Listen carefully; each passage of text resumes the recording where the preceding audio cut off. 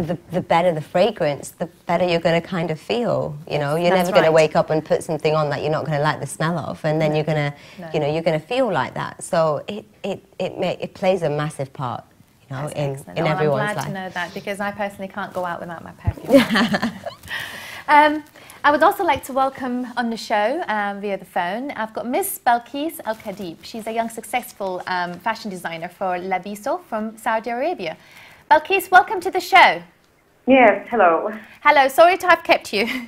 That's okay, thank you. Balkis, you're an inspiration to so many young female women in the Middle East and globally, because you managed to design your own fashion brand from scratch and go global with it. Could you tell us more about it, please? Yes, actually, Labeso is a line for ready-to-wear evening gowns, and it was actually the outcome of my love of art since an early age, and then it eventually evolved into designing. I released my first collection in 2012, and mostly it was in exhibitions and social media. People actually gave me that confidence to go forward with it.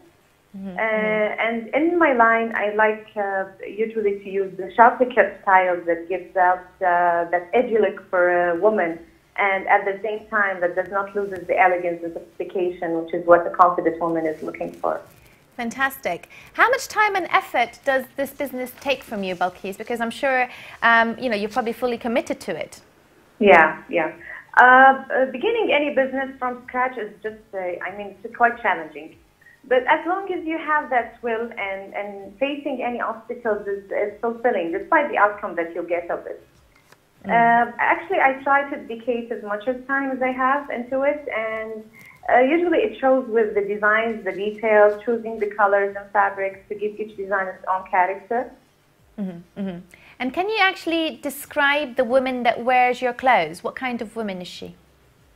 I will say it's kind of an elegant woman who likes to be a bit edgy. Right. So it's usually like, you know, that bold and edginess, and every woman will come out with my designs. I see.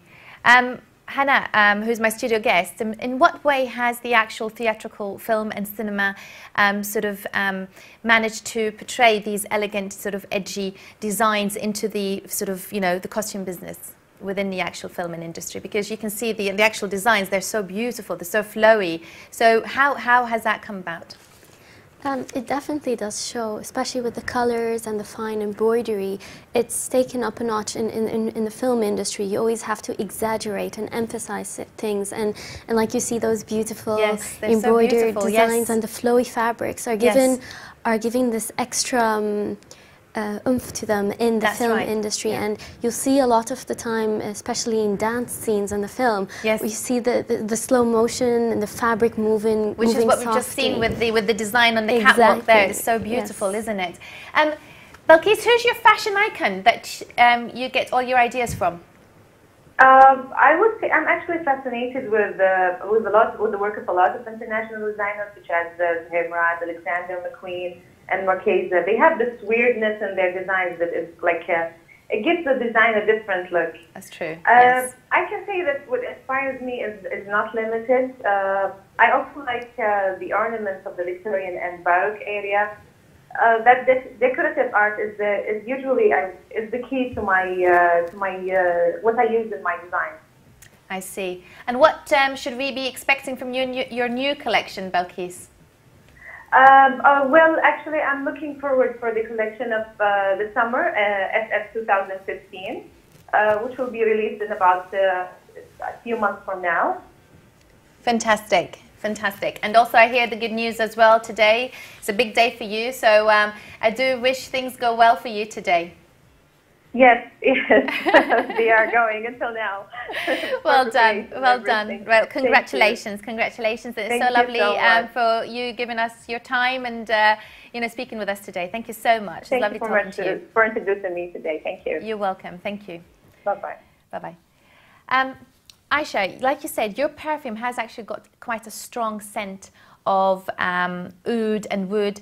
How did you actually start experimenting and putting these things together? Because I can imagine you with the lab coat sitting in a lab, you know, putting bits and pieces together and then trying to think, okay, does that smell right or not? No, it is actually really complicated. I had to meet a chemist because I'm not trained to work in a lab by myself because I don't have that kind of qualification.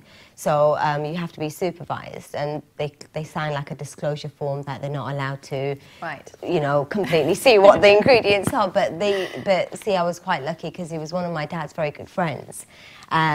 So when we were there, I was mixing everything wrong. I was like, I want rose with amber, and he goes, no.